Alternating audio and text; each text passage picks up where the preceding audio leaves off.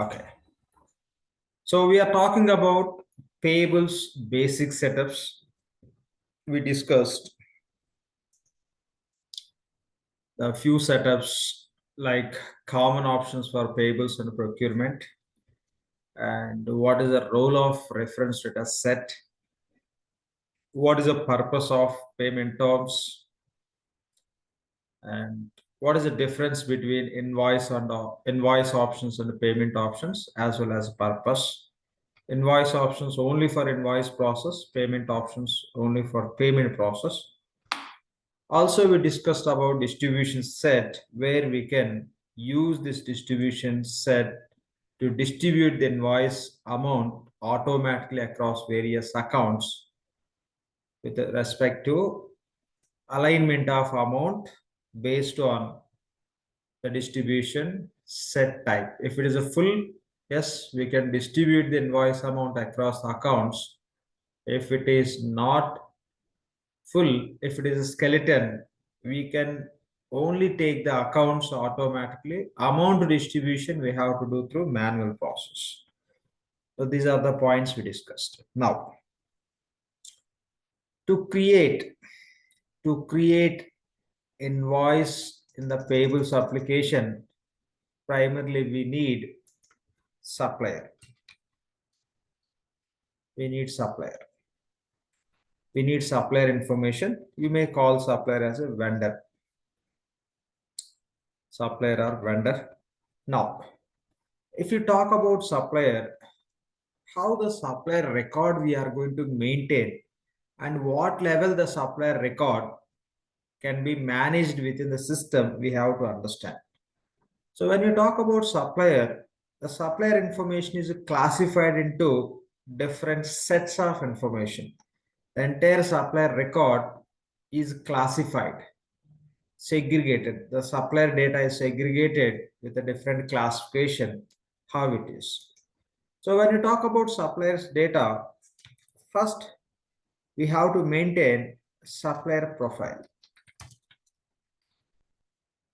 Supplier profile. Primarily, you can take the supplier name and other few details you take as a supplier profile.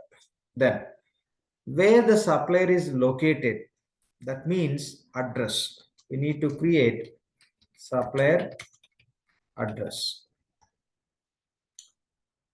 Then, when we have address, as a company, if you are dealing with that supplier, we have to keep in touch with a specific address of the supplier. The same supplier address to record the invoices in our system. You have a supplier that we are calling a supplier profile, and where supplier is located, that all addresses you can have. Say for example, the supplier name could be Amex, means American Express, Amex company, Amex Inc, American Express, and that I am taking as a supplier profile. Supplier name I am taking as Amex. When I talk about addresses, Amex might be operating in USA, India, and many other countries. These all we have to create as a separate addresses. India address, USA address, UAE address, we have to create. Now, if you want to create invoice in the payables application against any supplier, so we don't have any option to select supplier address as a part of invoice creation. So we select supplier name, nothing but you can call as supplier profile. Simply say supplier name we select. Supplier address, if you look at the address, there will be a lot of information. Okay, we have to provide more detail level information. That is the reason we don't select supplier address within the system when you record the invoice or when you make the payment. So the supplier address, we provide one short name, supplier address. We provide, maybe you may take from the address, you may take city name, or you may take state name, you may take county name, you may take country name also. That is short. To recognize this entire address, we can take the short name. If you look at the names, people names, there could be long name.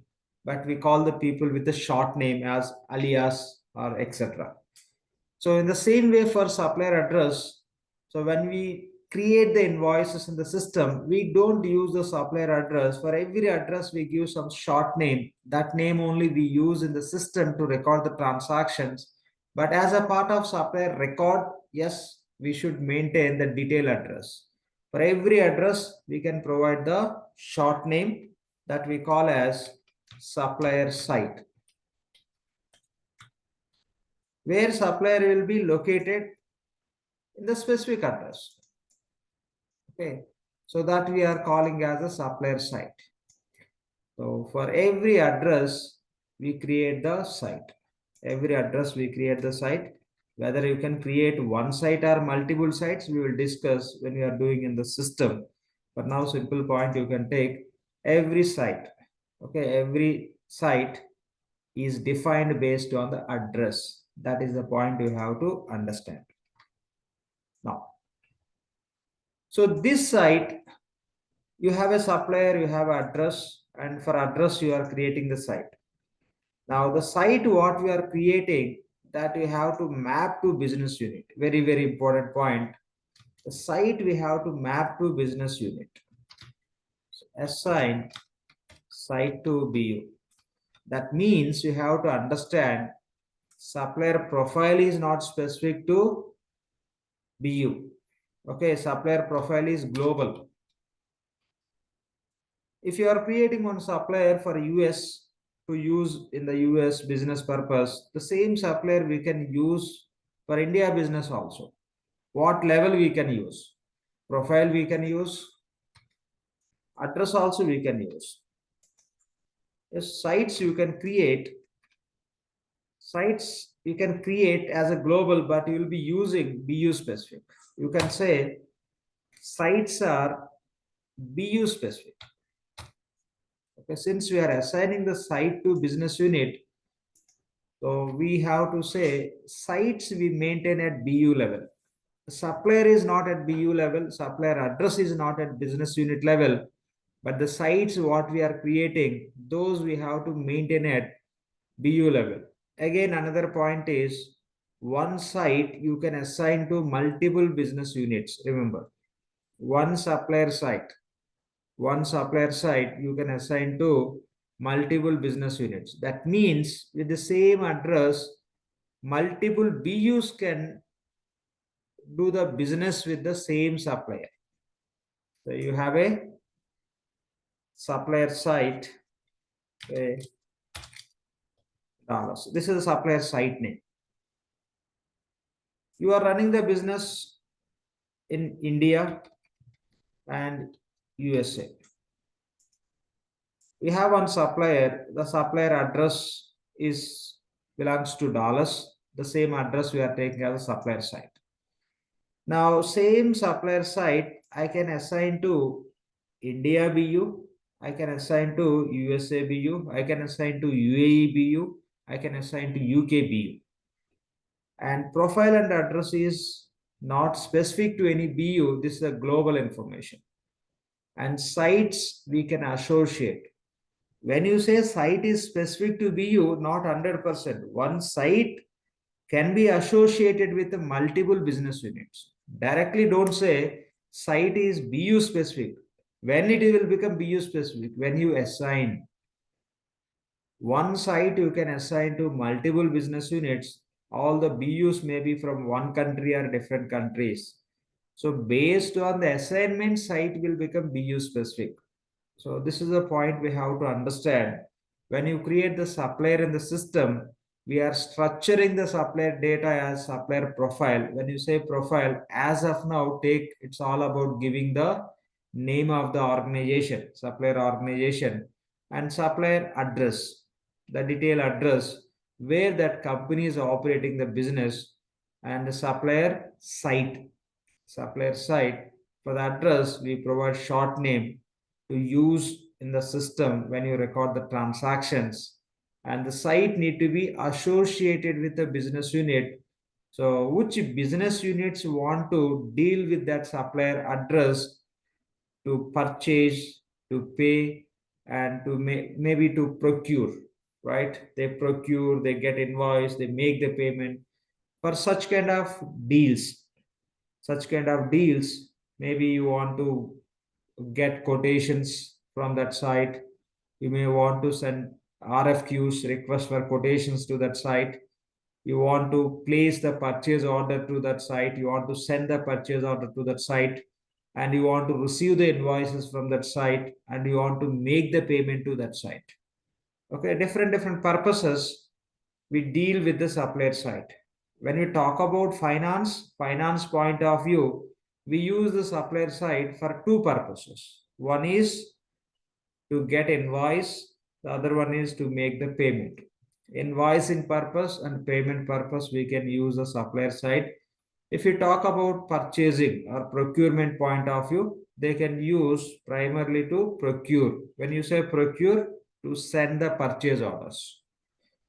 So these are the points we have to understand when we talk about supplier creation in the system. So along with this, we also maintain contact information about supplier contact. So what does it mean by supplier contact? Supplier contact means, so our supplier name is Amex Corporation. So we placed purchase order to that supplier, and we not yet received goods, or else we received invoice from that supplier. We have some issue with the price, what is quoted as per that invoice. So in that case, we have to talk to the supplier team. So who is the contact person from supplier side? The contact details, the contact person, contact number, the relevant information, maybe email ID of that supplier contact. Such kind of information we have to maintain as per supplier record in the system. For that reason, we maintain supplier contact information. Supplier contact information is not mandatory, but creating supplier profile, address, site assignments are mandatory. Say for example, you created profile, you created address, you created site, but you never assign that site to any business unit. When you are recording the invoices in the system, you cannot access the supplier name also, since no site is assigned to your BU. If any supplier site is assigned to BU, then only you can see that supplier and site. If you don't assign the site to business unit, from that business unit, even you can't see supplier name also. What you will do with the supplier if site is not assigned to BU? What you can do with the supplier if you don't know you are dealing with which address of that supplier? Doesn't make sense. That is the reason that design is available in the system, where you cannot see at least supplier information if that supplier related site is not assigned to your BU. So that's how it is. When you are recording the invoices in any business unit, you can see only the suppliers where those suppliers sites are assigned to your BU. That's how it is. So the access uh, kind of mechanism is built in the system with respect to supplier record access from BU when you record the transactions. And you can specify whether the supplier can be used only for purchasing purpose, supplier can be used for invoice and payment purpose. This all you can set up when you create the supplier. We'll see those when we create the supplier in the system. As of now, try to understand these points, how the supplier information is structured. Okay, this is how. So sub partition we have for supplier record: supplier profile, supplier address, supplier site assignment to business unit, supplier contact. So already we discussed when we were talking about theoretically each and every concept from the payables. The supplier story also we discussed in terms of migration, data conversion or migration. What point we used over there? Supplier data we call as master data. Okay, supplier data we call as master. Why this supplier data we use for invoice creation. All the time you may create invoices. Every day you may create invoice with that supplier, or maybe every week. Based on the frequency of getting invoices from supplier, we are going to reuse the supplier record. That is the reason, since we are reusing, that we can call as master record. Supplier or vendor records we call as master data. Okay, master data means which we create one time, which we can use multiple times to record the transactions. So these are the points we have to understand when you talk about supplier. So entire supplier information is split into supplier profile, right? Supplier address, supplier site, and the site need to be assigned to BU, and contact information, supplier contact information. This is what we have to understand. So this is what you have to understand.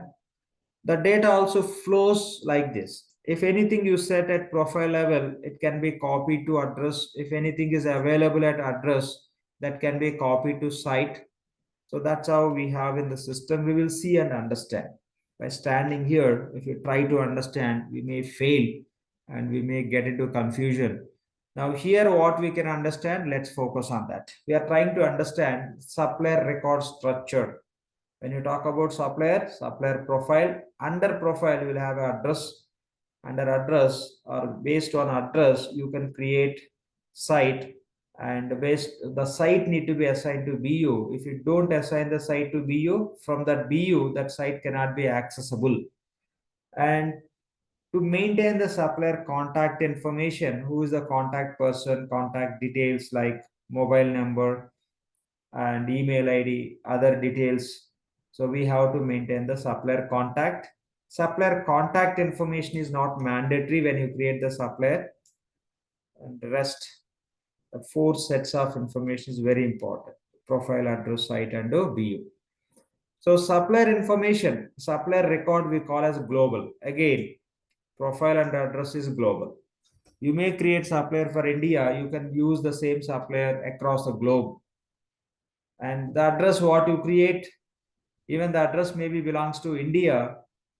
And if you are operating the business from US also you can keep in touch with the supplier with India address, and you may buy something or you may render some services from the supplier. So supplier profile and address information is global. When you talk about site always we have to map to business unit. One site can be assigned to multiple business units, and one supplier can have multiple sites also. One supplier can have multiple sites.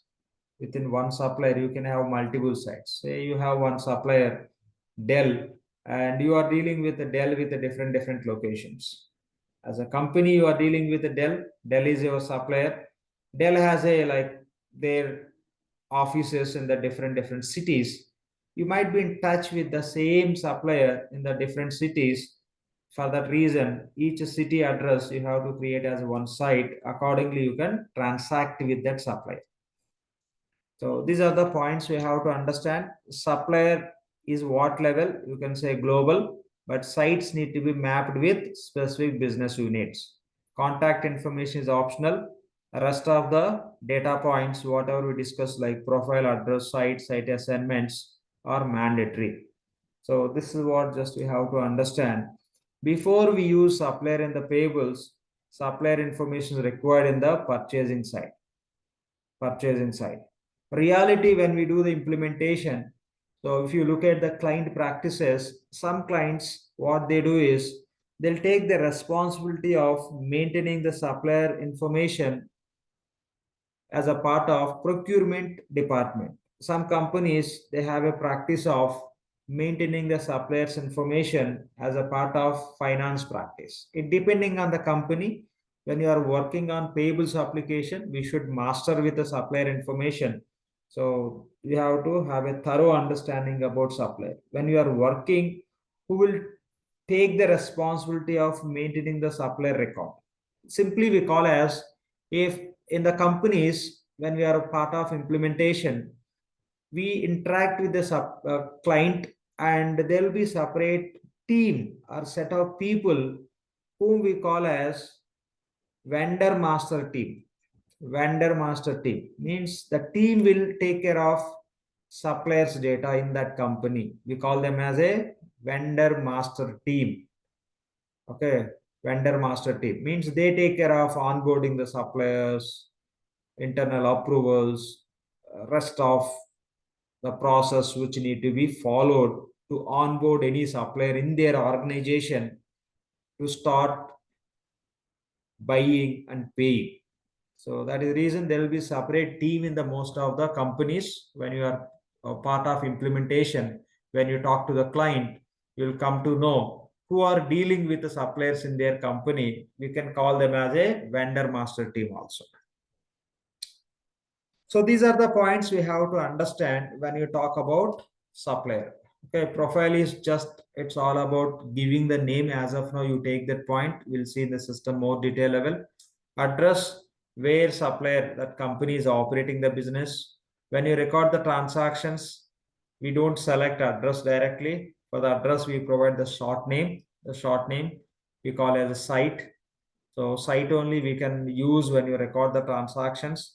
I want to create invoice in the BU1, but supplier is created in the system. If I want to access the supplier site, need to be assigned to BU, then only I can access the supplier information to create invoices and to process the payments. Any information purpose or any sort of issues to resolve any sort of issues which are aligned with that supplier related invoices and payments, we need to keep in touch with that supplier team or somebody from the supplier organization. When you say supplier, other company means whom to contact. There should be point of contact. So that we define as a contact of the supplier. So this is all about the story of supplier, what we have to understand. Okay, please make a note. Every point is important. Now you listen, okay, global, BU level, you'll forget. Tomorrow you'll face the question. It may be interview question or it could be client side. Even client also will ask you when you are working in the project saying that, hey, this data can be maintained at what level? Because it is not, Oracle may be new for them, but these applications are not new for them. They might have been using different variety of applications in their company. They may have a good amount of experience dealing with the different applications. When they talk to us, definitely they'll be asking the questions. If they are not asking, our responsibility is we have to tell them what is maintained at what level, depending on applicability, what you should share, what you should not share. What we are learning, everything we don't share with the client. Okay, if we share everything with the client, they will become consultants. We may become end users, right? That's the reason we don't share anything. So there is certain skill which we call as a consultant skill set, certain skill we call as end user skill set. So only that end user skill set we share with the client. A few certain skills which are related to consultant, so educate them to help with us to come up with the solution. We have to introduce certain things, but not everything. So this is what we have to understand. So I'm removing this data. Hope everything captured. Every point is important. If something is not important, I'm not interested to waste your time and my time. Very, very important. And what we should understand for sure, that only I'm introducing. So capture each and everything. If you don't capture, you are not learning. So that is a story about supplier. Now, I want to create the supplier in the system. I want to create the supplier in the system. So when I'm going to create the supplier, we log into the instance as a user, right? Say I connected to instance as a ERP tree. Now system will look at the user. Which user is trying to create the supplier? Who can create the supplier? There are certain validations, rules system follows. As a ERP tree user, I'm trying to create the supplier. Whether I can create the supplier or not, system will decide.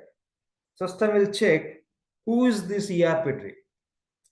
what profile this ERP tree has as a user, what sort of access this ERP tree has in the system environment. Such kind of validation system will do. Accordingly, system will allow or not allow ERP tree to create supplier in the system. Now let's talk about who can create the supplier. If ERP tree user wants to create the supplier in the system, ERP tree user should be a employee user first. Should be a employee user. First, system will check ERP tree user is employee user or just implementation user. You might have created from scratch as employee user, or you might have converted implementation user as employee user, doesn't matter. Ultimately, the ERP tree has employee profile or not. So that is the first point system will check. Second point, whether ERP tree user is a buyer or not, it will check. Buyer. How ERP tree user became employee user? We added ERP tree user in employee record definition. Just we added, right? So ERP tree user we added into employee profile. We mapped with employee profile, employee record. Now, if you want to make ERP tree user as a buyer, you have to add ERP tree to buyer profile. The buyer, as per system, simply we call as procurement agent. Buyer means the one who procures something.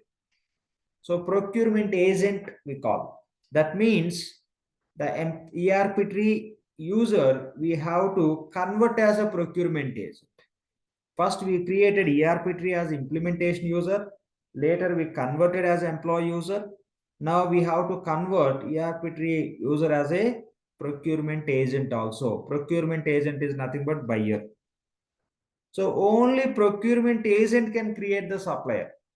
If you want to create any user as a procurement agent, first of all, that user should be an employee user.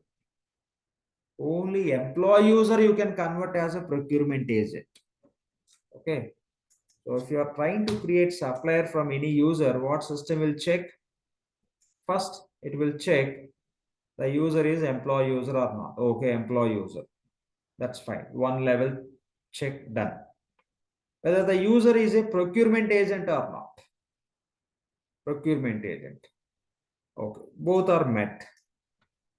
So system will allow that user to create supplier. System will allow this ERP tree to create the supplier, since ERP tree user is employee user plus procurement agent. Now the question is whether the ERP tree user has access to that supplier creation related pages or not is the big question. Okay, the ERP tree user has access to the supplier creation pages. ERP tree is eligible to create the supplier. How? ERP tree is employee user plus procurement agent. Only procurement agent can create the supplier. Whom you can create as a procurement agent? If user is employee user, you can convert employee user as a procurement agent. User is just implementation user. You cannot create as a procurement agent. Implementation user, you cannot make as a procurement agent. If somebody is an employee in your company, they can become buyer or seller. If somebody is from outside, how they can become an employee, buyer or seller? First of all, they are not your employees. So that is a logic. So they should become an employee, then only they can become a buyer or seller in your company, or else they can take some other role in the company. So this is a fundamental point system will verify. If these two are met with any user, then you can say the user has eligibility. The user has eligibility. Eligibility is met. And what about access? So every procurement agent can create the supplier, that depending on access. If you want to allow any user to create the supplier, that user need access to one role called as supplier manager role. We have seen the roles like application implementation consultant, IT security manager. We have seen the roles like application implementation consultant and IT security manager. Similar to that, we are talking about another role. This role is designated for supplier creation purpose. Okay, this role is designated, means this role is provided for supplier creation purpose. The terminology is what I'm using, very, very important.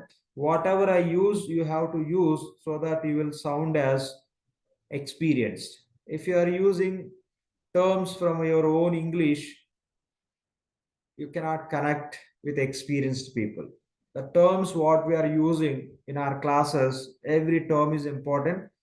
You have to capture, you have to read, and you have to use when you speak.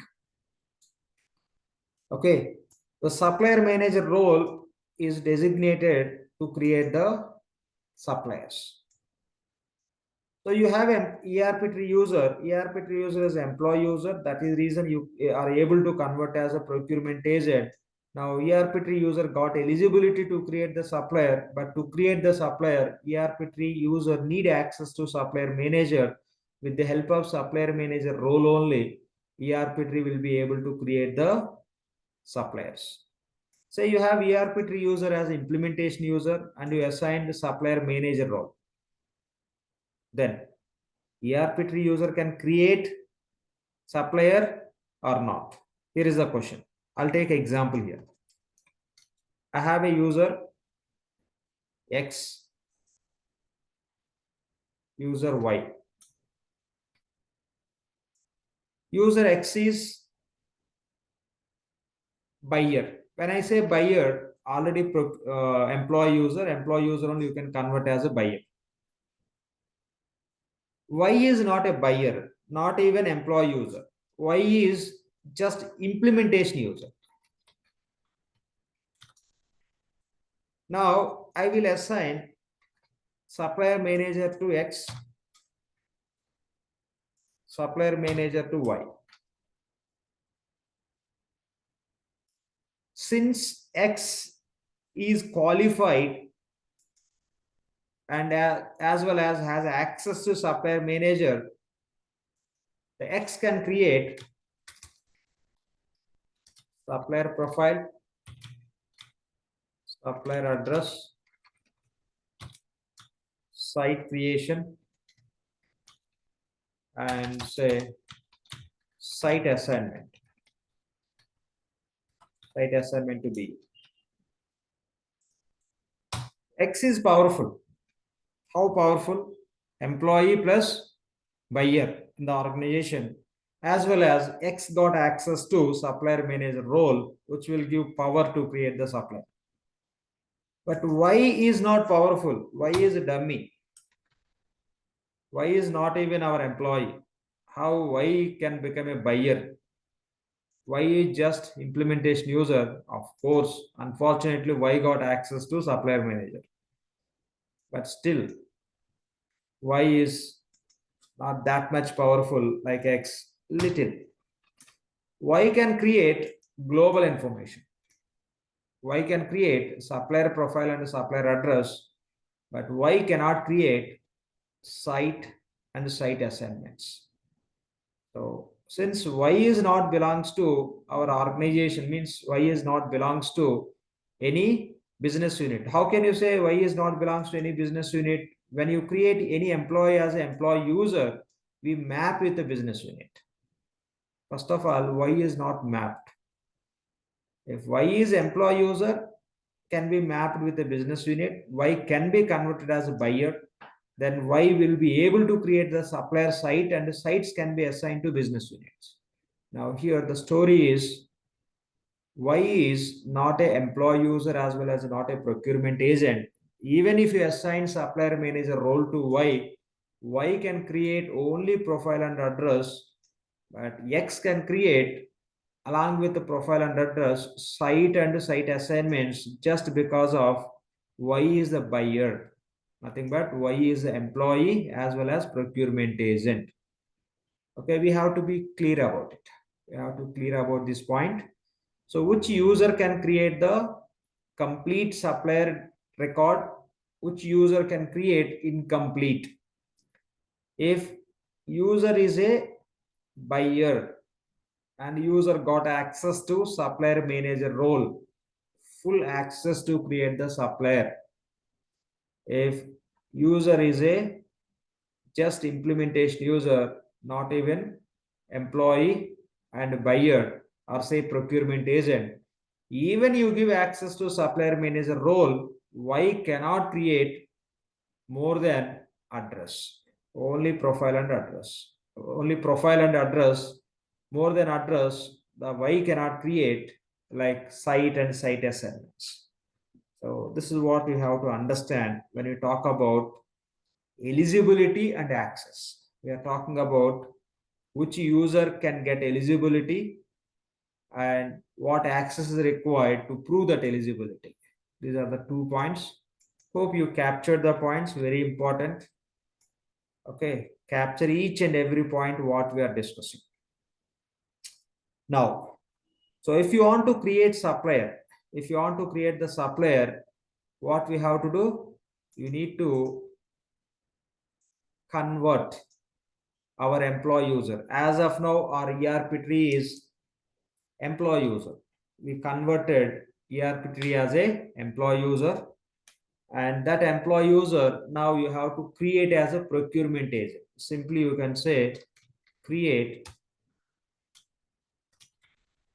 procurement agent. The procurement agent you create at BU level. Okay, procurement agent you create BU specific. Okay, it is not global. Procurement agent is not a global information, BU specific. If I'm going to convert ERP tree employee user as a procurement agent, we have to specify in the system the ERP tree is going to work as a buyer within which BU. If ERP tree is working as a buyer for 4 business units, you have to create ERP tree as a procurement agent 4 times. Each BU you have to create separate record. You have to map with each BU. So procurement agent we created BU level. So each BU we have to create separate procurement agent. If you just create procurement agent, you cannot use that agent, that buyer across multiple BUs. The procurement agent creation is BU specific. Understand this point. So BU specific. Right. So along with this, I can just add one more point. Even you can maintain supplier bank account details also. Okay, bank account information also you can maintain at supplier level. That is not level of segregation, that is one of the part within those levels. So but just it's a key information, important information when you talk about supplier. That is the reason I'm adding. So if you want to create the supplier, the user should be a procurement agent. If you want to create any user as a procurement agent, that user should be a employee user. So that is important. Whether that user you created as an employee user or you converted as an employee user based on the implementation user doesn't matter. What is the current status? Current status is employee user. If employee user, we can convert as a procurement agent. To procurement agent, if you give access to supplier manager role, that user will be able to create the supplier. So we need to create procurement agent if you want to create the supplier. Okay, you created employee user as a procurement agent. Now you need to give access to that user to create the supplier. To create the suppliers, we have a separate role. If you have access to application implementation consultant role, that role itself not enough. If you have access to application implementation consultant role, that role will not allow us to create the supplier. So because why it doesn't allow? So when you talk about supplier, even it is kind of setup, it is kind of ongoing setup kind of setup. We take example. We set common options only one time, right? we may create reference status at one time. Invoice options we set one time. Payment options we set one time. Right? Payment terms distribution set mostly we create one time at the time of implementation. Later, if any additional payment term distribution set required, we create. But supplier creation is ongoing, right? The procurement team, they'll keep our sourcing team, they'll keep discovering the suppliers and they'll keep onboarding, they'll be just firing the suppliers. So that's how they keep doing. Even it is set up, we call as it is kind of ongoing, operational kind of setup. They'll keep operating with this, creating suppliers, creating new suppliers, new suppliers, new suppliers. So that is reason this should be handled by employees, not a consultant. As a part of implementation, yes, we just load all the suppliers one time. Once we do complete the implementation, this vendor master record need to be managed by separate team. So that is reason who has authority to touch the supplier record. Accordingly, the design is available in the system. So who has access to implementation, application implementation consultant role, they are not allowed to create the supplier. There should be separate profile of the people with this criteria. That's what we have to understand. It is not like just one-time setup, supplier creation, we create supplier, we keep creating the new suppliers, and we may keep updating the supplier information. So that is reason this should be handled by business. During the implementation consultant, once implementation is done, the supplier should be managed by consultant. Later, if any changes required, common options, invoice options, payment options, this should be done by consultant. But supplier, mostly business. If business is asking consultant to look after suppliers also, we can do. But reality, when you look at the real projects, the supplier, vendor master records are managed and created and managed by their internal teams from the client side. So that is reason this sort of arrangement Oracle did to bring the control as per the requirement, as per the real practice in the companies. Okay. Now, so you have a procurement agent, very healthy procurement agent. Now, that agent required access to supplier manager role. Now, what we have to do, if you want to create, if you want to allow the user to create the supplier, we need to assign supplier manager role to user, or say procurement agent, or say buyer, anything. We call as a user what profiles that user got. Employee profile that user got, procurement agent or buyer profile user got. Simply you may call as a user. What kind of user, what properties that user has, already we discussed. Employee as well as buyer properties are mapped already with that user. So assign supplier manager role to user so that that user will get the power to create the supplier, and supplier, complete supplier or incomplete supplier. Complete supplier definition. Incomplete means already we discussed. Why is a user, which user, implementation user, but you give an access to supplier manager, that Y will be able to create profile and address. Can we select profile and address when you create invoice? No. If site is available, if the site is assigned to our BU, then only you can access. Then even you create profile and address, no use. Site need to be created, only site you can assign to BU. You cannot assign supplier or supplier address to business unit. Only site can be assigned. Site is already connected with address. Address is already connected with the profile. That's how everything is connected. You'll be able to create the invoice and you can process the payment, or else you'll be able to create the purchase orders or requisitions with that supplier based on the arrangement you did in terms of setups. So that's what you have to understand here. Since supplier data is very, very powerful, so let's stop here to discuss. If you have any questions, be within the scope. Accordingly, you can ask the questions. Don't try to test what is there in the system. That we will see later. We can focus on that. Any questions on this supplier story, please? Questions on supplier story, please.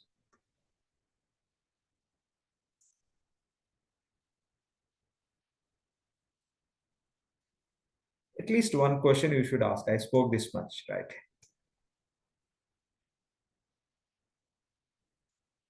Any questions? Yep.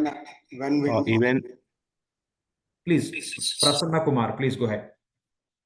yes, when we are assigning the role, employees, is it okay to assign employee role?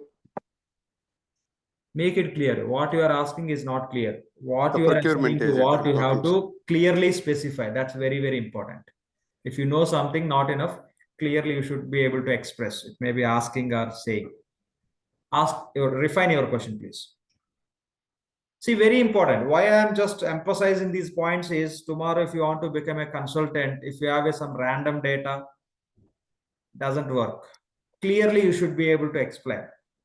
Clearly you should be able to ask. If required, frame again and refine, and then you ask the question. There is no urgency. Please go ahead with your question. thank you for giving the clarification in between buyer and implementation user. No. See, those are not required. Don't take me wrong. Okay, those things are not required in the meeting discussion. That's always let it be. Only question.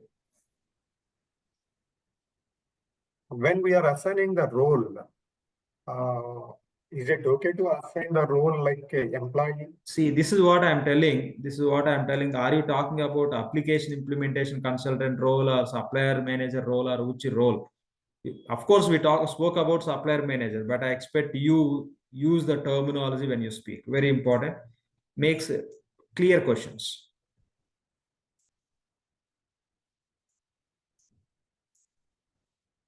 Yeah.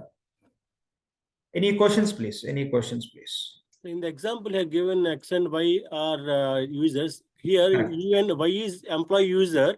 Okay, you cannot create. One second. Y is not employee user. Y is only implementation user.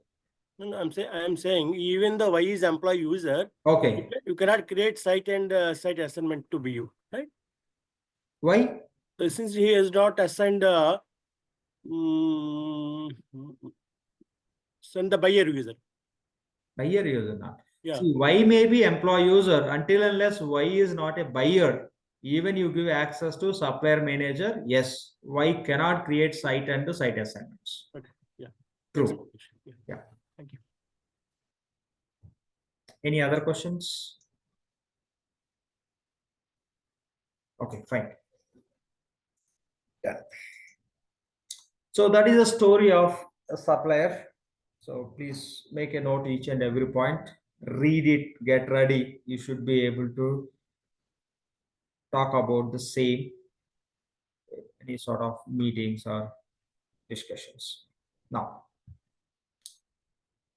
so hope no questions on supplier. If no questions, I'll proceed with the next step. And one more point, let me add here. When you assign supplier manager role to user, we need to make sure the role is synchronized with our user. When you assign application implementation consultant and IT security manager, okay, when you assign application implementation consultant, IT security manager, those are very, very standard seeded roles. Those will sync with any user without any additional effort. But the roles like we have seen GL roles, to GL roles we assigned ledger, and when you assign the role like supplier manager role to user, so we are expected to run LDAP. Okay, we have to run LDAP. If you assign supplier manager role, it won't sync with the user how our IT security manager and application implementation consultant roles are getting synchronized. It doesn't work in that way. So make sure after assigning supplier manager role to your user, you are submitting LDAP job so that this role will get synchronized with our user. Our user will be able to access to this role related privileges. Okay, this is another important point. So if you don't run the synchronization, you cannot have access. Sometimes you may get access, but it takes some time. Immediately, if you want to see the impact of that assignment, submit LDAP job. And again, Oracle is running this LDAP job as a background process. But when you get your turn and when that triggers, when it will take the changes or applications, whatever done from your user side, so we don't know exactly. It may happen immediately or it may take some time. So it's recommended that whenever you assign supplier manager role to user, you just submit LDAP job. We have seen how to submit. The same process we have to follow. Okay. And another important point, when you go and say you got everything ready, okay, you have a procurement agent, you assign the supplier manager role, you submitted LDAP job. Now you can go ahead and you can create the supplier. So before you go and create the supplier, and you have to set numbering for supplier. For every supplier, the unique numbering is supplier number. Every supplier can be uniquely identified with a supplier number only. So some few supplier names could be similar or exact, maybe 100% might match, etc., etc. Maybe you have one supplier from India, another supplier from US, two are different entities. Names can be same, ABC Inc, or I'll say ABC Group, ABC Group. Since countries are different, yes, the government, the, like MCA, right? If in India, MCA, so that allows in US, their local governments can allow, since there is no duplication, such kind of organization in US. So it is very much possible, but in the system environment, how the uniqueness can be maintained for each and every supplier with the help of supplier number. So we cannot reuse the supplier number. One number you can allocate to only one supplier. That anyway, system will take care. We don't need to worry about it. But why we are talking about that numbering? You have to set the numbering, whether supplier number should start from 1 or it should start from 101 or 1001 or 1 lakh 1 or etc., etc. The preferable number you have to set in the system. If you don't set any number, it can take from beginning. Okay. So this ideally you have to talk to the business saying that is it okay to start generating the supplier numbers right from 1, or else do you have any specific preference to run the numbering for your suppliers? You have to talk to the business. You have to, when you are discussing with the client about supplier records, you have to collect the suppliers data from their current system by using FBDA templates as we discussed. So that time you have to talk to them. So again, another point, in their current system, what are the supplier number they have, that number you cannot use as a supplier number in Oracle system. Here we have a mechanism. Whenever you create the supplier in Oracle applications, automatically system will trigger supplier number as per the setup which is available. Same number, whatever you have in their legacy system, you cannot take as a supplier number in Oracle applications. Okay, as it is, you cannot take. So you have to follow the number which is allowed by our system. So which is their preferable number? You have to talk to them. If they says, okay, any number is okay, you may start from 1. For that, we have to do the setup. Simply you can take as set supplier numbering. Okay, set supplier numbering. Okay, set supplier numbering. So we have to set supplier numbering, then start creating the suppliers. So system will trigger the same number and you can create the supplier. So that's how it is. Now, so supplier is ready. We can create invoices. Once you create invoices, the next step is we have to make the payment. So when you talk about payment, what we need? We need bank account. We need bank account information. I'm just removing this data since you captured.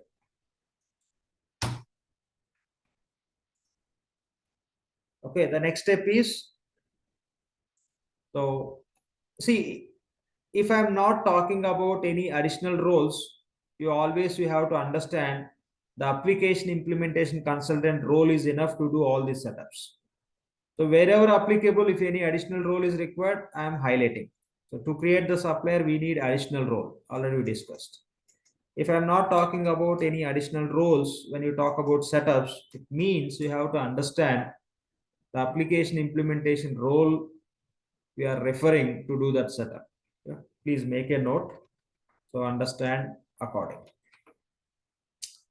Now, so supplier is ready and everything is ready, like with the assignment and the number we set, supplier created. Now the site is assigned to BU. From the BU, we can create invoices. Once you create invoice, so based on the due date, you have to make the payment, or else you may pay early to avail the discount, or you may pay late, whatever it may be the case. You may pay on time, before or after due date, whatever it may be. To make the payment, you need bank account. To make the payment, you need bank account. So we need to maintain bank account information in the system. So we discussed about supplier record. Supplier record is split into multiple parts: profile, address, site assignment, contacts. Primarily, though, that is a classification. And we can attach bank account details also with the supplier. If you are sending the payment to supplier bank, if you are issuing the check payments to supplier bank account is not required for us. You can write the check, or you can print the check, and you can send the check to supplier. Supplier can deposit the check in any one of their bank account, doesn't matter. Okay, supplier bank account we required if you are processing electronic payments. When you are processing electronic payments, why we need supplier bank account details? We have to tell to our banker, hey, send the payments to this bank account, this much amount, because this organization is my supplier. If you don't give supplier bank account details to our bank cannot send the payments from our account to our supplier bank account. So that is the reason supplier bank account details are very, very important in case of electronic payments. If no supplier bank account details, no electronic payment can be processed. It's very simple. You want to transfer the funds to another bank account, you need the beneficiary bank account. In the same way here also, as a company, we don't transfer the payment from our bank account or supplier bank account. That task we will give to our banker. We will give all our supplier bank accounts, will inform to our banker saying that to each bank account send this much amount. So that's how just we do that. We call as a payment file. We send the payment file to our banker. Our banker will disperse the funds from our bank account to supplier bank accounts in case of electronic payments process. If it is check payment, we no need to worry about whether our supplier has a bank account or not. We don't need it. We issue the check, they will go and deposit for clearing. So that's how it is. Now we are talking about our internal bank account. Here supplier level, what are the bank account we are talking? Supplier owned bank account. We are recording the supplier record. The supplier has which bank account. If at all you are going to issue the payment through electronic process, that supplier bank account can be useful. Now we are not talking about supplier bank account. We are going to talk about our bank accounts, our internal bank accounts, which we can use to make the payments to the suppliers, or else when customers are making the payment, we use the bank account to receive the amount into that account. You can use our bank account to pay or to receive. Now the story is paying. Receiving we will experience in receivables application. So we are talking about internal bank accounts. The bank accounts can be classified into three types.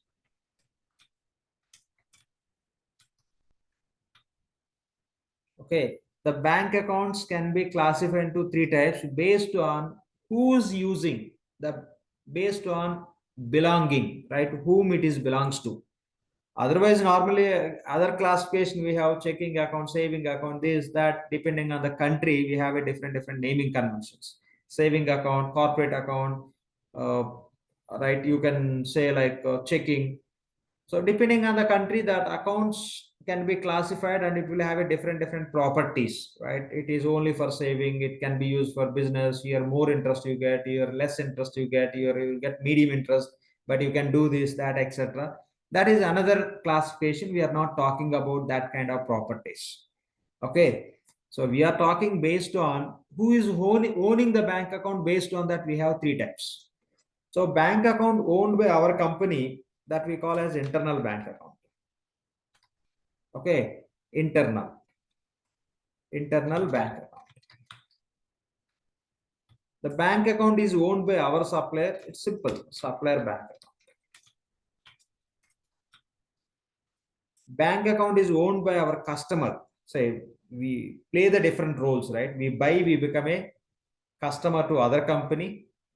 We sell, we become supplier to other company. Other company will become customer to us, right? Since we are standing from payable side, our role is always buyer role. We are buying. That means our supplier will treat us, we are a customer to them, right?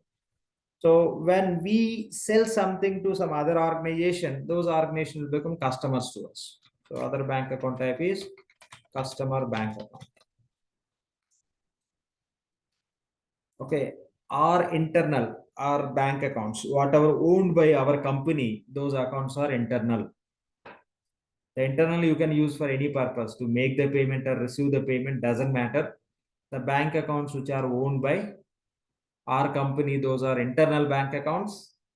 And the bank accounts which are owned by supplier bank accounts are owned by our customers, customer bank accounts. And here is again the broader classification. When you classify these bank accounts, these two bank accounts we call as external bank accounts. Those are not from our company, outside.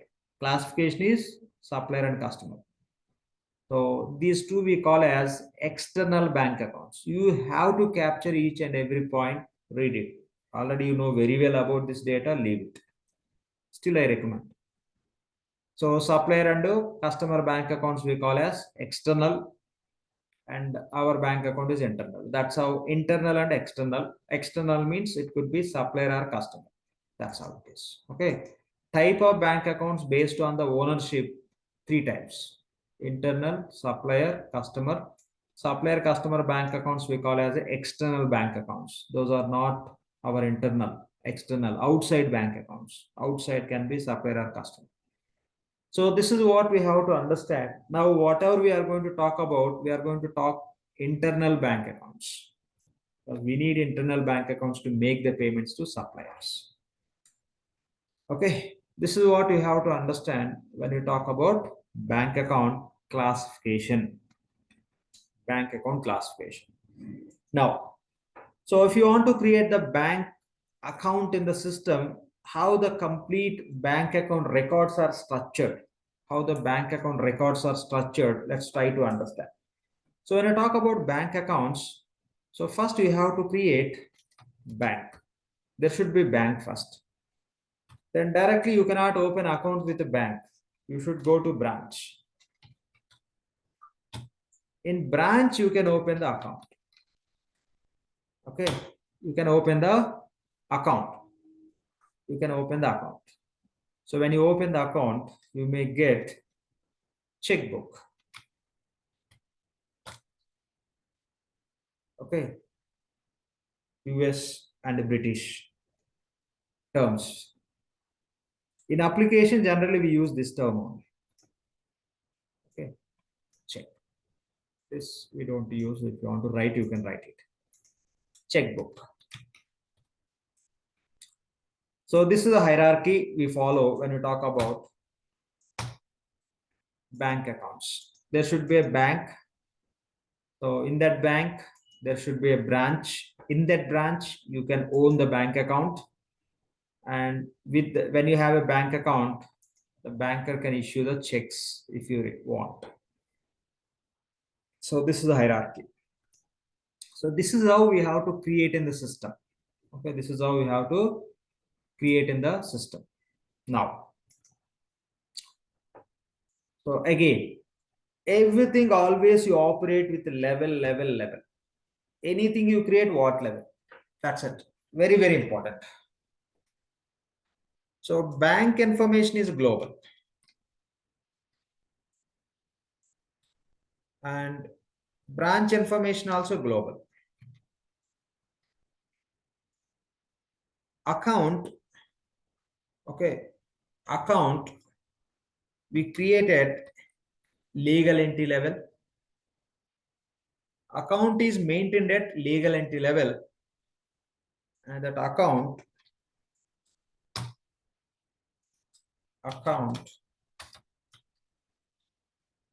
you need to assign to business unit. In which business unit you need that bank account to make the payments to your suppliers, you have to set in the system. So you created bank account, you are in the BU1. You are in the BU1. So you want to make the payments from BU1. Yes, you have a bank account, but you cannot make the payment until unless the bank account is assigned to BU1. If you want to create invoice with any supplier, the site need to be assigned to that business unit. We discussed the site need to be assigned to BU. Then only from that BU, you can create invoice against that supplier. You have bank account ready in the system, but your BU doesn't have access to that bank account. Your BU doesn't have any authority to use that bank account. The bank account is owned by legal entity. When you say legal entity, what does it mean by legal entity? Company registration. That means simply we are saying bank account owned by company. When you say company, there should be identity, right? Identity can be defined with a legal entity in terms of government records or in the market. The company identity can be created by legal entity, means with a registration. So every bank account is owned by legal entity. When you say legal entity, company. Okay, company. This is what you have to understand. The bank and branch information is global. Global means you are not mapping to anything. I create HSBC. I'm just doing the business in India. I opened one bank account in HSBC bank, and I create HSBC as a bank, and branch I may create a specific branch in specific city. Done. And our company is doing the business in US also. US operations, they opened on bank account. They want to open one bank account in US. US, again, they no need to create the bank called as HSBC. Already HSBC bank is available. So they are not going to open the branch. They are not going to open the account with India branch. They are going to open the account in US branch, in specific branch. So in that case, they need to create separate branch. So here they want to deal with other branch. That is the reason they have to create other branch. Otherwise, the bank information is going to be same. Now I'll take other example. You are operating the business in India. Say you are operating the business and you open one bank account with HSBC and you created bank as HSBC, branch as some X branch. And I just opened one account. We want to open one more account with the same branch. Again, I don't need to create the branch. Already branch is available. Otherwise, another business unit is opened one account with HSBC, but branch name is same. Since the branch is, the account is going to, account we are opening for another business unit, and we don't need to create separate branch. Already branch available in the system. Again, it's the same branch, you have to create the bank account. That means if already bank and branch information is available in the system, we don't need to create one more time. With this, what we are achieving, you look at supplier profile and supplier address. Okay, this is a global. Bank and branch global. With the global information, what we are trying to achieve, we are trying to avoid the duplication of the data. Already in the system, bank is available, you don't need to create one more time. That means no duplication allowed. Branch is already available. For which country purpose you created doesn't matter. You are going to use the same branch one more time. One more time you want to create, why to create one more time? Already branch is there, use it. The same way, supplier and address, supplier profile and address also. Once it is available for other countries or other entities, you no need to create one more time if you need same supplier and same address. Say I created supplier as a Amex and I created site as Hyderabad, HYD. I'll take as an address. This I'll take as address, HYD address. Let it be site. So supplier name is Amex, address is Hyderabad address. Why I created? Because I'm going to procure something from the supplier from India. Now we are operating business in US also. So from US also they are going to buy from Hyderabad address. They are going to take some services from Hyderabad address. Even they are from US, if they are going to take the services from supplier with the same address, again they no need to create any separate address. The same address they can use, the same site can be assigned to the US BU also, or else they can create separate site.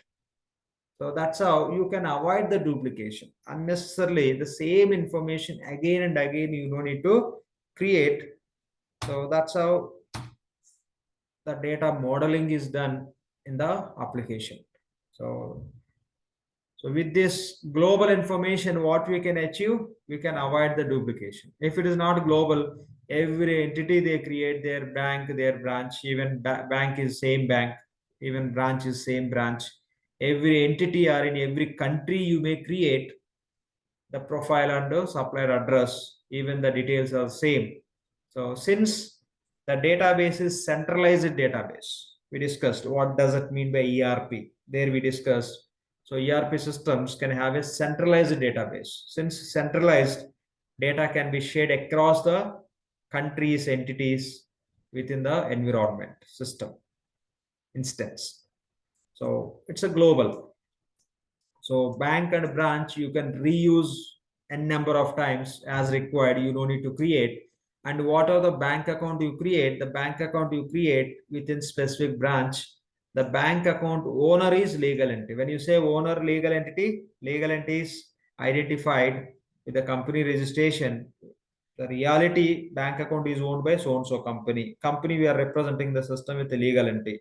Instead of saying bank account is owned by company, simply we are saying bank account owned by legal entity. That's it. And the bank account need to be assigned to BU.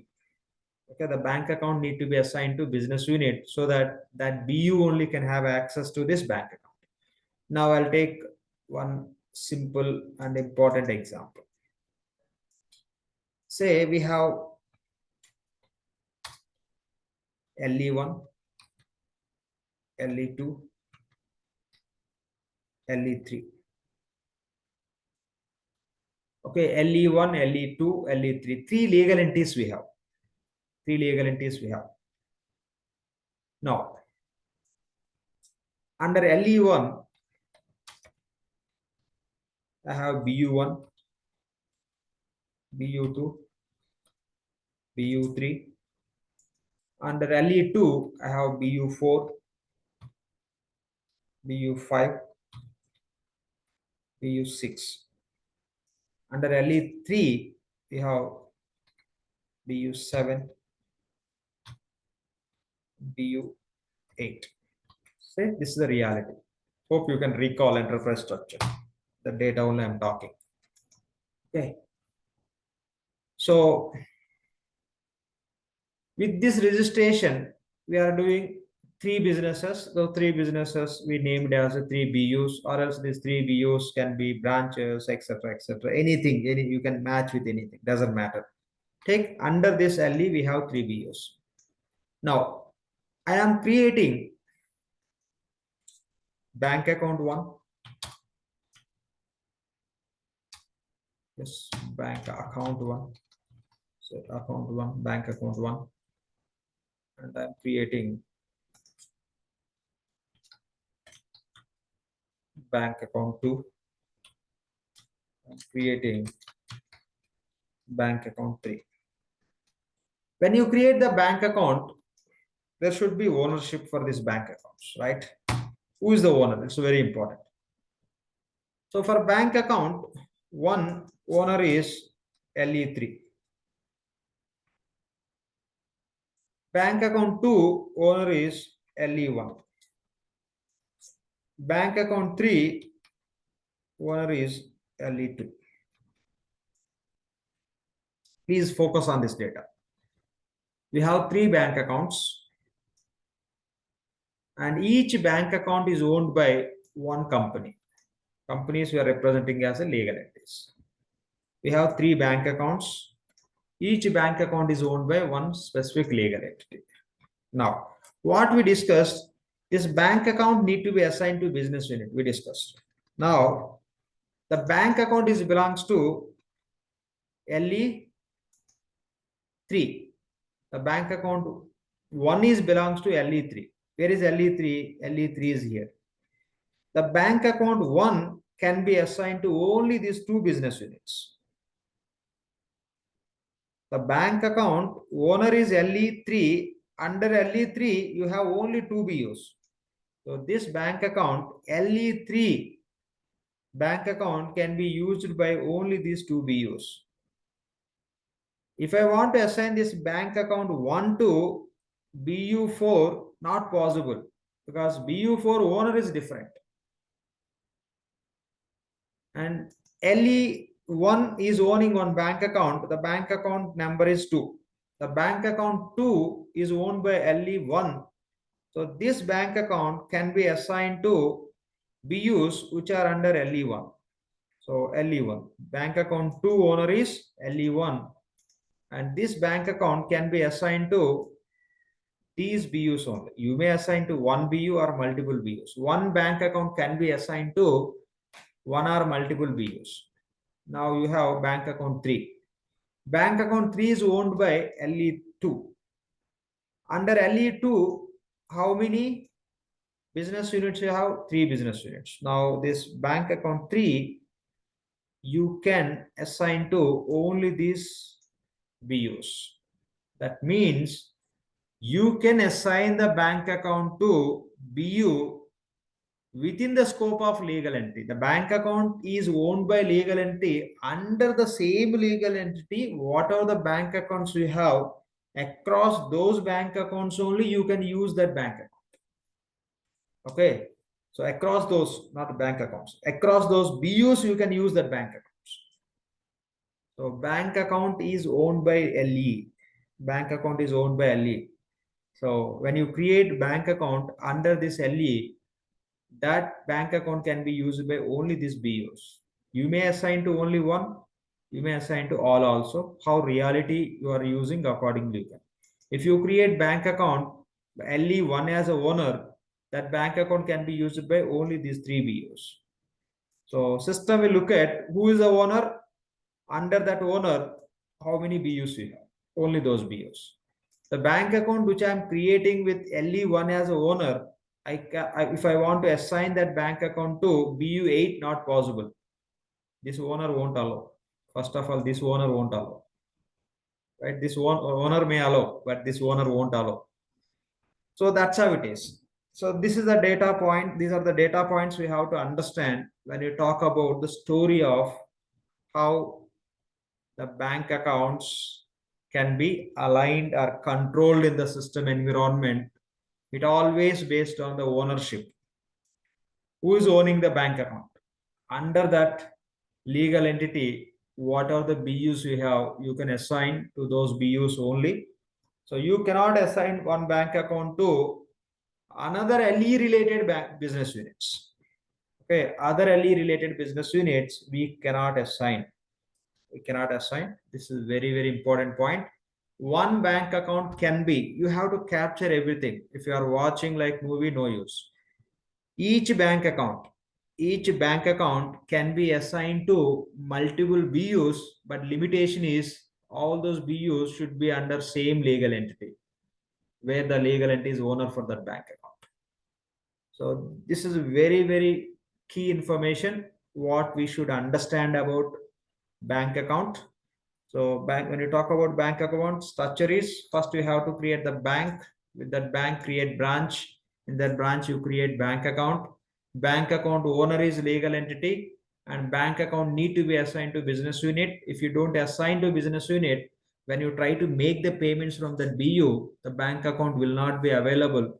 When you try to assign the bank account to business unit, which BU you can assign, which BU you cannot assign, we have to understand. To which BU you can assign? The BUs which are under same LE, to those BUs only you can assign. So one bank account you can assign to multiple business units. Multiple business units you can maintain.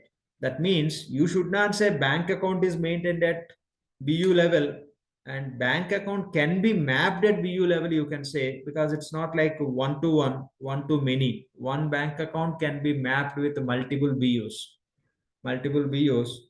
The bank account record is owned by legal entity. The bank account can be mapped with multiple business unit.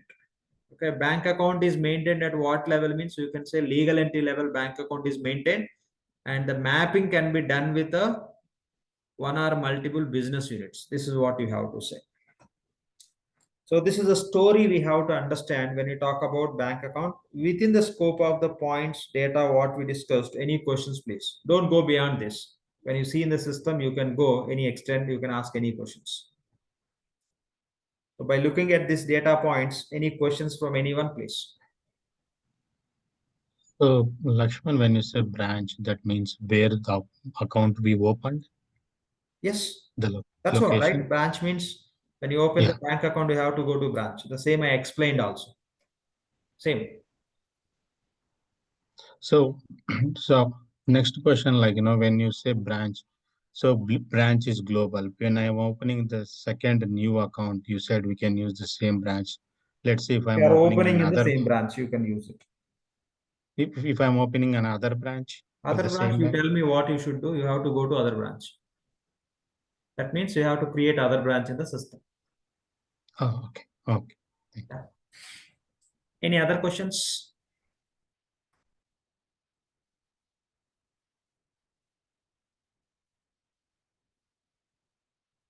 Okay, no questions. Hope you captured not only whatever I written, what I discussed with you. That data also very, very important.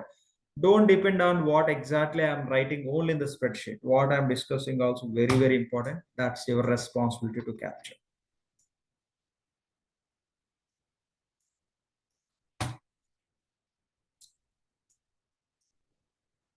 Okay, that is a story of bank account. So you have to create bank, branch, account. In the account, you can maintain the checkbook, checks. The checks only you call as documents. Okay, we call as a documents. As per system, we call as documents. Why you are calling as document? Checks are stationary paper, right? So we call as a, since it's a stationary, we call as per system documents. When you say documents, as per bank account point of view, nothing but checks. That's what you have to understand. So bank account, what level you are maintaining? LE level. Okay, bank accounts are maintained at LE level. Bank accounts are owned by legal entities. Okay, or else let me write. Owned by legal entities and used by business units. Okay. Account, we are talking about account. What to create, we discussed, but primary focus is bank account.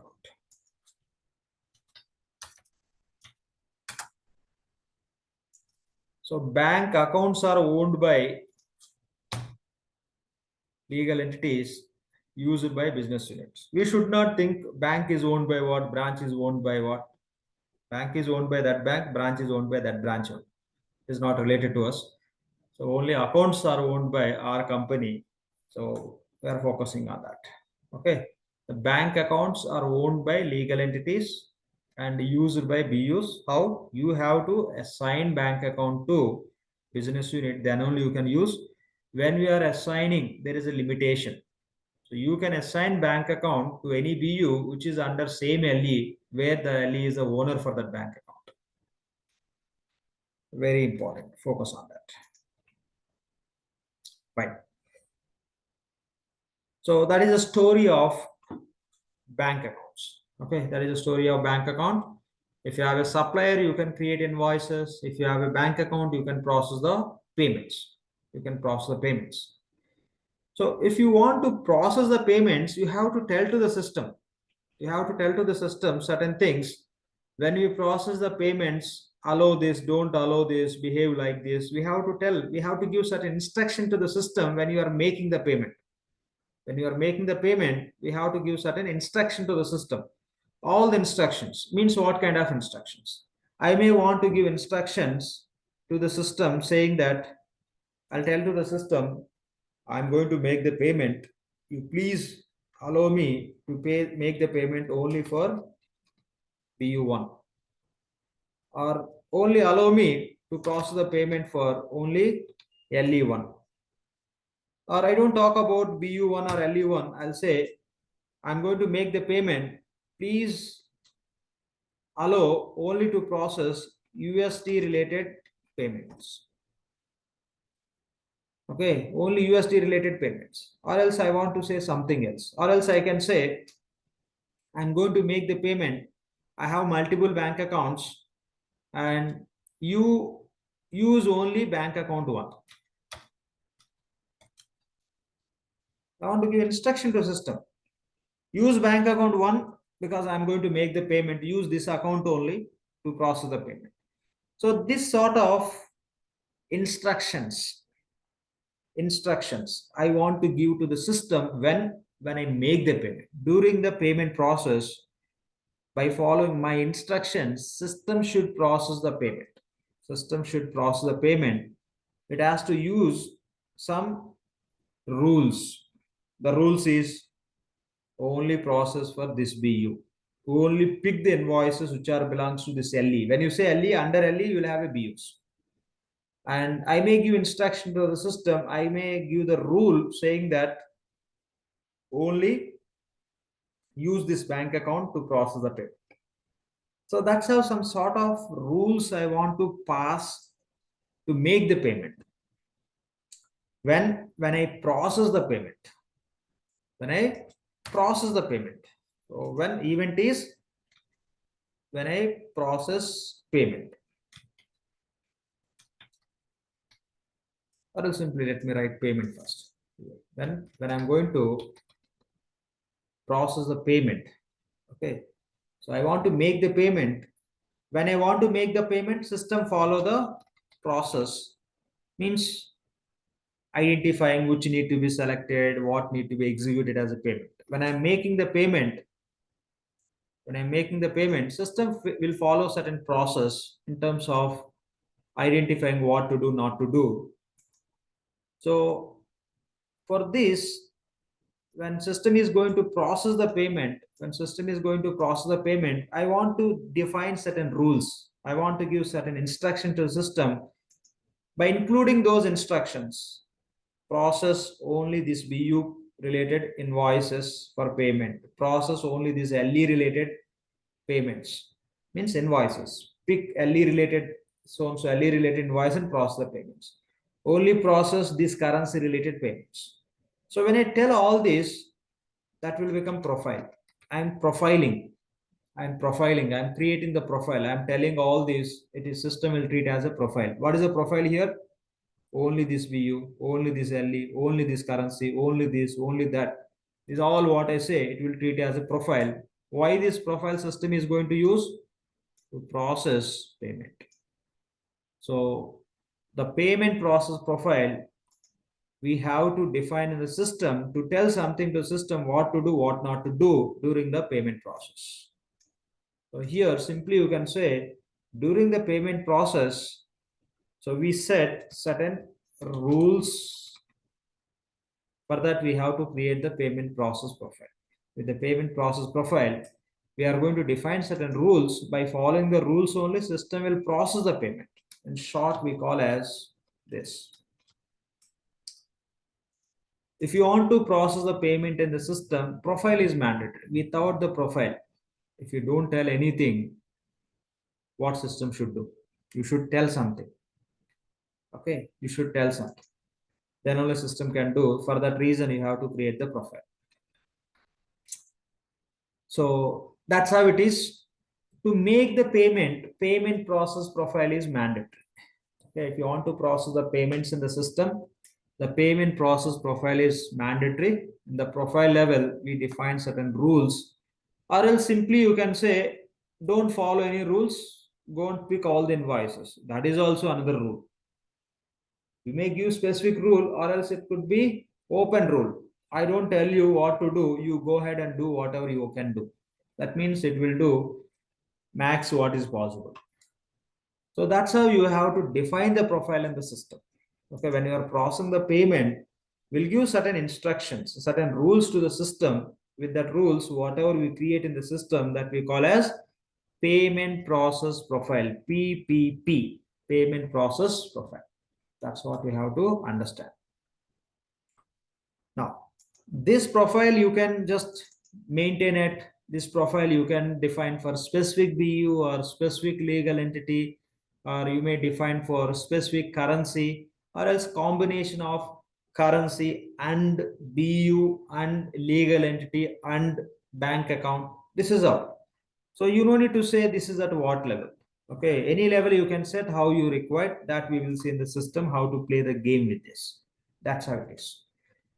So typically these are the basic setups which we have to configure in the system. Okay, these are the very basic setups so that system will respond when you create invoice and pay. It will support.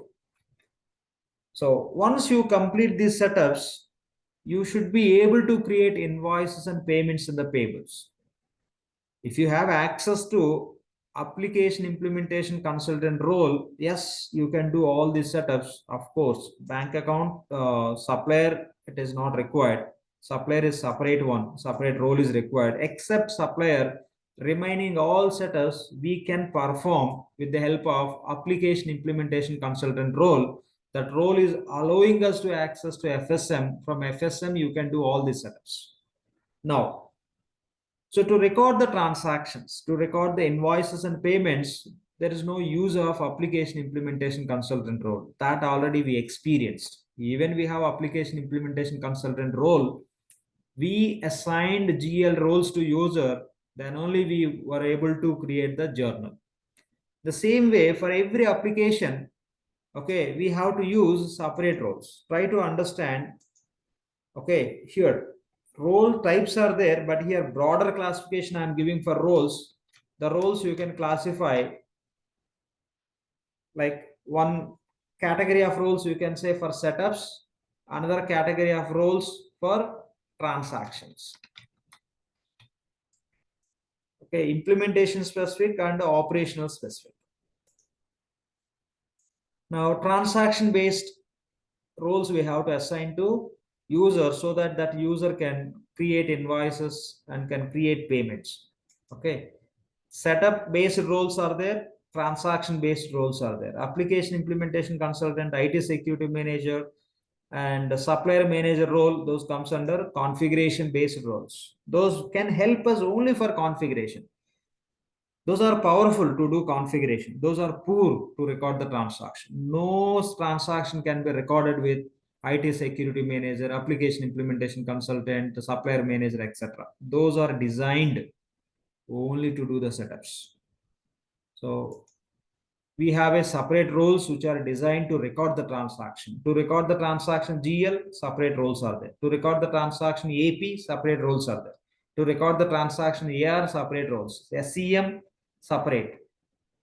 Fixed assets, separate. Purchasing, separate. Order management, separate. Inventory, separate. Project costing, separate. Billing, separate. For every application, we have application specific roles to record the transaction, to perform the transactions.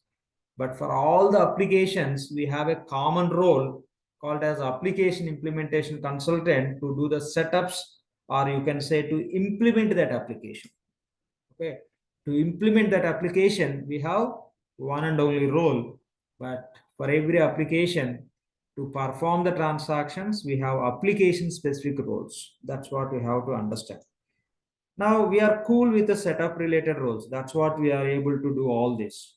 Now we are ready. We completed all the setups. Let's say, of course, we didn't complete, we discussed. So say we are ready with all these setups. Now you have to record the transactions in AP.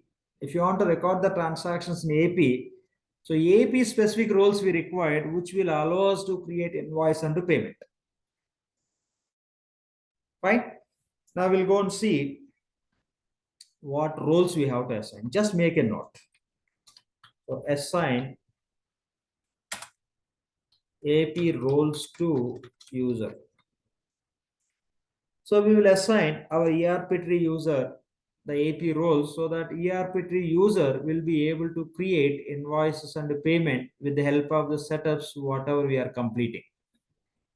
Okay, whatever the roles we are going to just, whatever the what I can say, like whatever the transactions the user wants to create, those transactions will be able to perform with the help of AP specific roles. Okay, AP specific roles. So we have roles like the manager, supervisor, that we will see when we do that. Now, again, you don't need to copy that. It is a simple thing. So no special discussions are required to talk about it. Simply you have to understand. So AP specific roles you have to assign to the user so that user will be able to record the AP related transaction. When you say transaction, it could be invoice or payment. So that's what you have to understand. The names and all we will come across when we really assign. Okay. You will assign AP roles to user. You will assign the AP roles to user. After assigning AP roles, the AP is standing at what level as per enterprise structure? Anyone, please. As per enterprise structure, AP application is standing at what level? Business unit. Business unit. That means the business unit you have to assign to AP roles. What level it stands, that level only you have to map. So assign business unit to AP roles. Okay, we need to assign business unit to AP roles. Otherwise, you assign AP roles to user, you will enter into that user, you log into the instance with that user. AP roles will provide certain privileges, invoice creation, payment creation. When you go to invoice screen or payment screen, you will not find any BU. As per AP, invoice need to be created within the BU. As per AP, invoice we can create only within the BU. In AP, if no BU, no use of AP. You cannot use the AP. So that's how the design is available from Oracle. So within the AP, if you want to create invoice or payment, if you want to create invoice or payment, the BU is required. If no BU, no transaction AP. In the same way, AR also.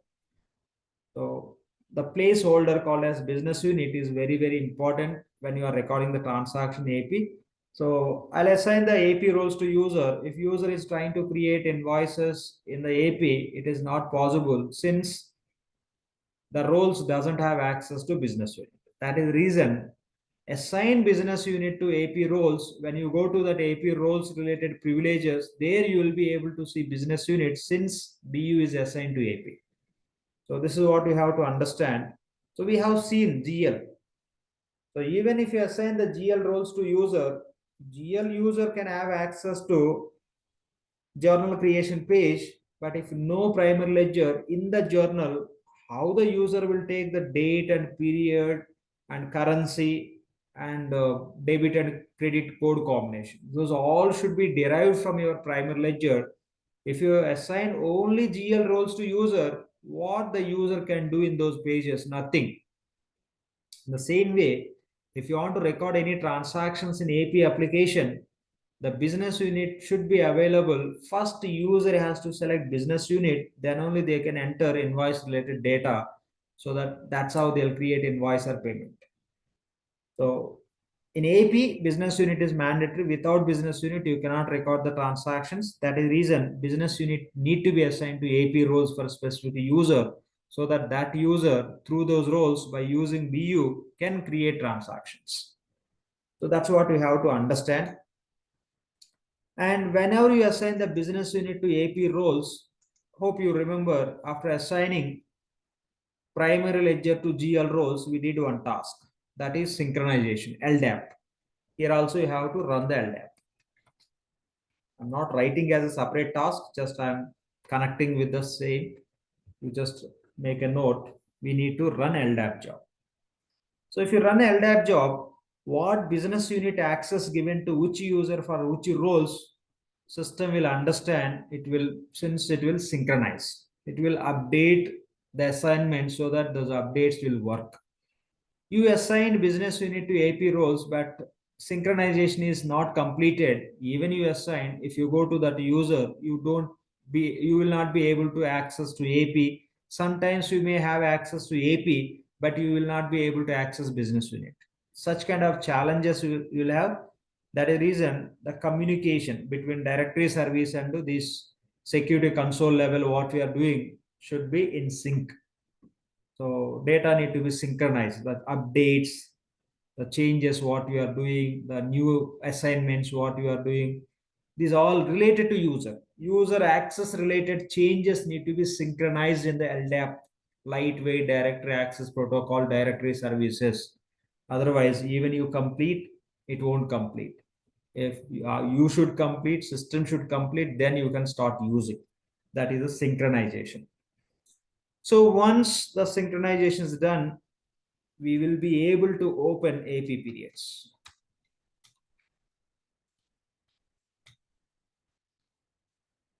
We'll be able to open AP periods. So we open the periods in AP, but not at BU level. In AP also, if you want to record the transactions within this BU, what we have to use? Primary ledger. For AP also, we open the periods at primary ledger level. Remember, this is a very important point. Since AP application is mapped at business unit level, you no need to open the periods. You open at primary ledger level. In AP, if you want to record the transaction, BU is just placeholder. It can have a controls and defaults. Okay. So BU level, you can set the controls with the common options, invoice options, and the payment options. You can set the controls and defaults. But opening periods, we don't do at BU level. So when you open the periods for payables, we open the periods primary ledger level. Now take example. I have PL1, primary ledger 1. I have BU1. I have BU2. I have BU3. So the same primary ledger assigned to BU1, BU2, BU3. In the BU1, I have AP application, I have AR application. And here also I have same applications.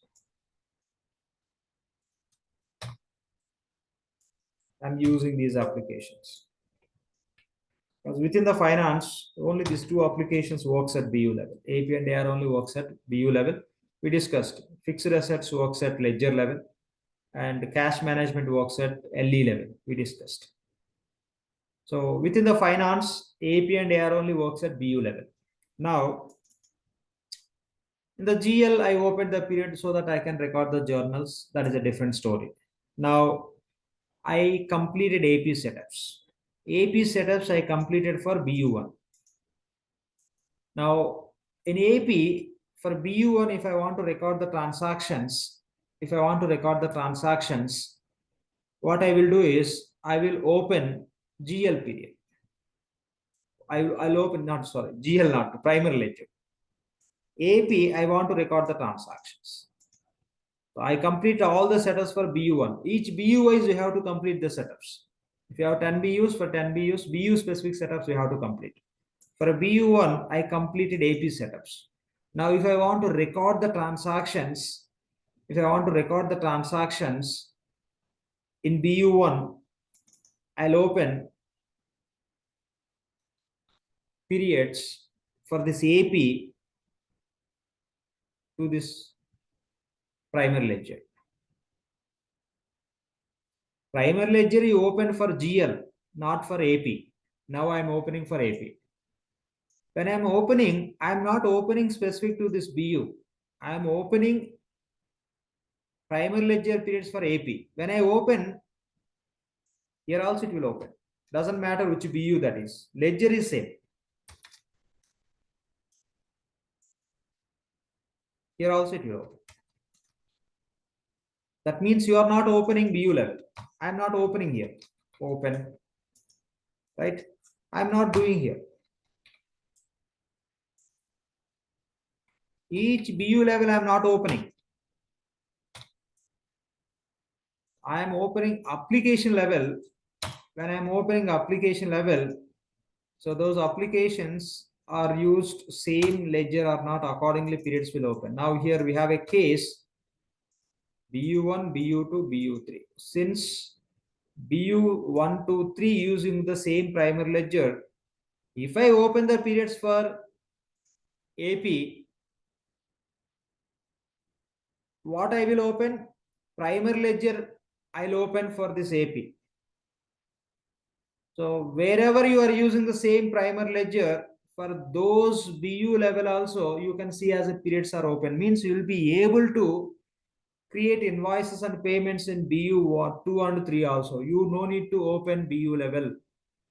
So we open periods, application level. Okay, application wise we open, but level would be PL. Okay, PL level. PL level application wise. So AP is specific to BU, but period controls we don't have at BU level, ledger level only we have. So when you open the AP periods, the same, we select ledger and we open, the same ledger is used by how many BUs, the same period status will be applicable for those BUs also. Each and every BU, you no need to open the periods. Tomorrow, I may open the periods for AR. If BU2 and BU3 are both are going to use the same ledger, for this, here also the periods will open. Same will be applicable. Reality is not separately opening. Same will be applicable here and here. For BU2 and BU3, separately you don't need to open the periods for AR. AR you open the period, ledger is same. The same is applicable for BU2 and BU3 ARs also. So this is how it works. Try to understand this point. Very important. We never open periods at BU level. We record the transactions at BU level. Now, when we should open the periods at BU level, it may appear as opening the periods at BU level. When? If you have separate primary ledgers for each BU, it may sounds like you are opening separate. Now, you have 3 BUs. Now you have 3 BUs. Each BU has a separate primary ledger. Each BU has a separate primary ledger. Now, I'll go to AP. I'm here. I'm opening period AP. That means this level it is open for AP. This primary ledger 1 level, I'm opening the periods. Primary ledger 1, I'm opening for, I opened for GL, now I'm opening for AP. Primary ledger 1, I open for GL, so that in GL I can record the journals. The primary ledger 1 I'm opening for AP. If I open primary ledger 1 for AP, it will be opened within the scope of primary ledger 1. This will not open the periods in primary ledger 2 and 3. Again here for BU2, in BU2 if I want to record the invoices, and I have to open primary ledger 2 for AP purpose. It will not open the here these periods because ledgers are different. Here 3. And again, I have to open AP period to record the transaction, the BU3, since primary ledger is different. If multiple BUs are using the same primary ledger, if you open the periods, for AP, for other BUs also AP period will open. The same will be applicable. So this is what we have to understand. Not only opening, closing also will work like that. So when I'm trying to close, say I just opened, I recorded transactions end of the month, not exactly, right? It takes 1, 2, 3, 4, 5 days we discussed. So we're done with this month and we are trying to close. When you're trying to close, what happens is we are closing primary ledger for AP application, and AP application we have for this, I'll take as the same. Means for all same. If I'm closing AP period, that means I'm closing the level of primary ledger. Okay, this level, primary ledger level, I'm closing. When I'm trying to close, if there are some issues with BU2 related AP transaction, BU3 related AP transaction, I cannot close. I have to fix issues in all the BU specific AP application, then only I'll be able to close. Say you have BU1 and you recorded some invoices and payments. Now everything is cool with the transactions which are belongs to this BU. It doesn't work. Under same primary ledger, you have 3 BUs. In 3 BUs related invoices and payments should be very much fine. Then only you can try to open. When you try to, sorry, not open, close. When you try to close, here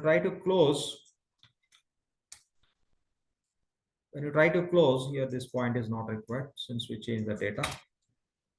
When you are trying to close AP means you are trying to close the ledger. When you are trying to close the ledger used in the 3 BUs, you are trying to close the 3 BUs.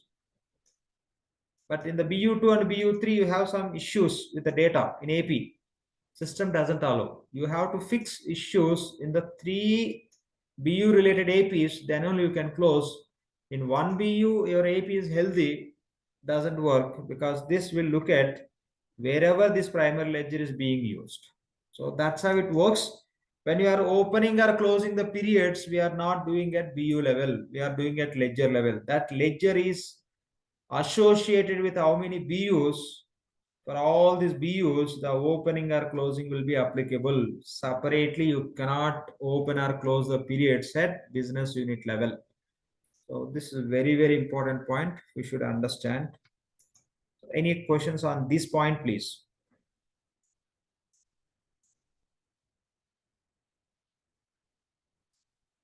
Sir, if I understand correct, I little bit confused. So once the AP periods is open at J level, it opens for all AP and One ER, second. right? I never said AP period GL level. AP periods we open PL level. Yep.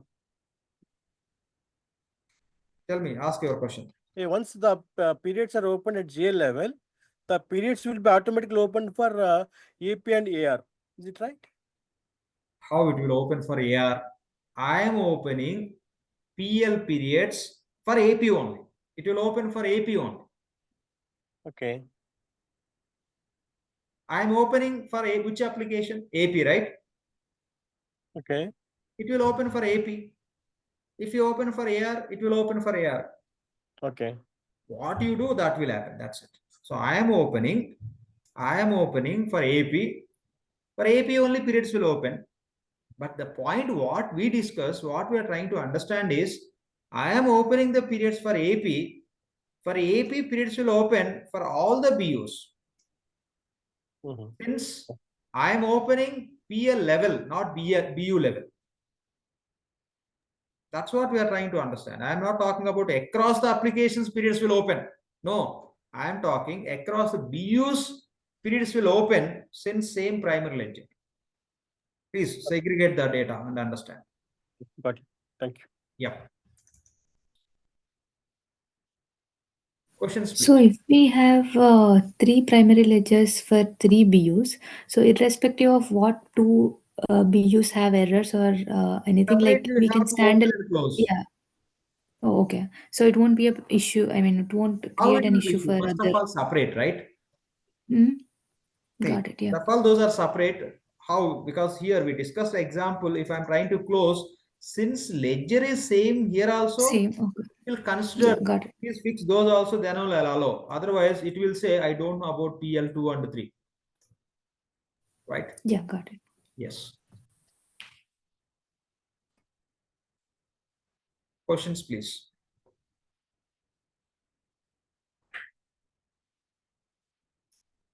Any questions? No questions. Right. So these are the points which you should be very strong so that you can play with the payables application. And based on the concepts, we'll see what are the additional setups need to be done. Just to summarize these setups, okay, just to summarize, just again, I'm rewriting here. We've gone through different variety of data, which is a key to understand. Now, just I'm going to simplify for your understanding. You don't need to look into a lot of data, but it's very important. You have to work on that only. To summarize, okay, so AP basic setups. Okay, AP basic setups. You can simply say you have to configure common options for tables and the procurement. And when you simplify, you don't need to talk about reference data set. Reason, Oracle also providing reference data set. If you want to create, you can create. But that is reason. So you can include or you can ignore also. I'll say create payment terms. So when you talk about create payment terms, you may talk about these points. We'll create reference data sets and we'll create payment terms. We assign to reference data set that will assign to BU. When this story is applicable, if you create your own reference data sets, from here you have to create. Otherwise, you will create payment terms and you will assign the payment terms to reference data set. That is enough. Anyway, BU level reference data set would be available. That we will see. When you see, you will understand. As a summary, I am listing out these setups. And say configure. You can use the term called as configure or setup. Anything you can use, but don't use all the time configure, configure, configure. Sometimes you say configure, sometimes you can say setup. Here I'll say setup, voice options, setup, or I can say configure.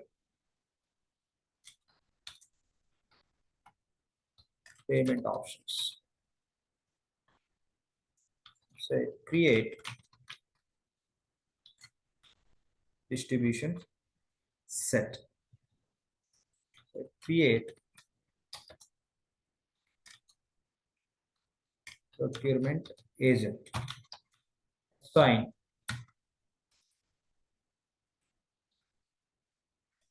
supplier manager role to user.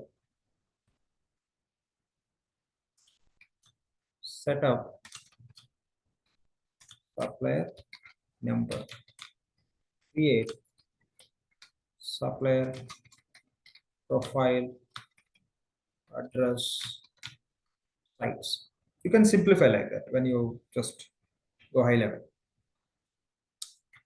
Then create bank branch account documents. Create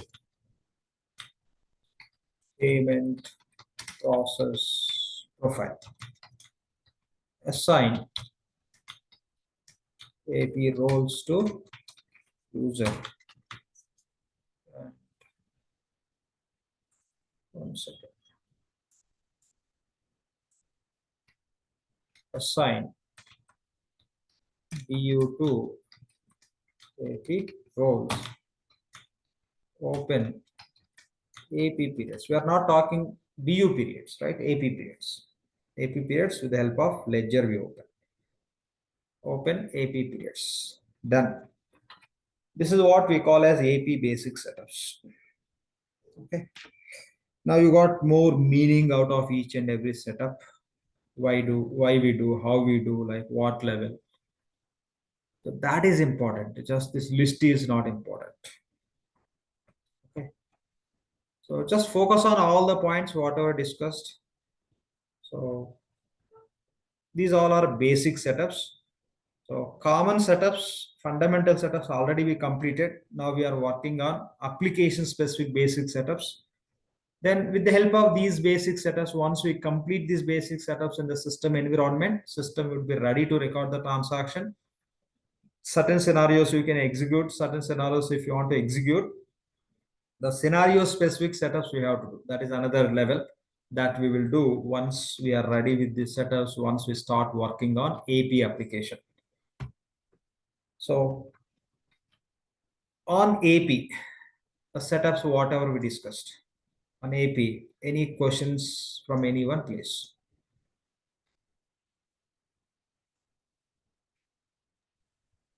We create bank accounts once and we are reusing it. So it also comes under master data, right? Yes. Anything you create one time, if you are keep using again and again, master. Students will come and go. Master would be in the school, college, university. Because master. They'll train many people.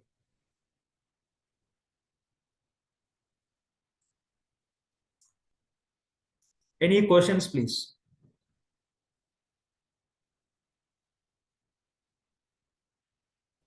Any questions on AP basic setups? Or simply you can call as AP basic configuration. Okay, any term, just I'm introducing just what you should use anyone. You say setup or configuration. But don't say tomorrow we have to do something in AP, right? We have to say we have to do some setups or configuration. No questions? Any questions from previous classes?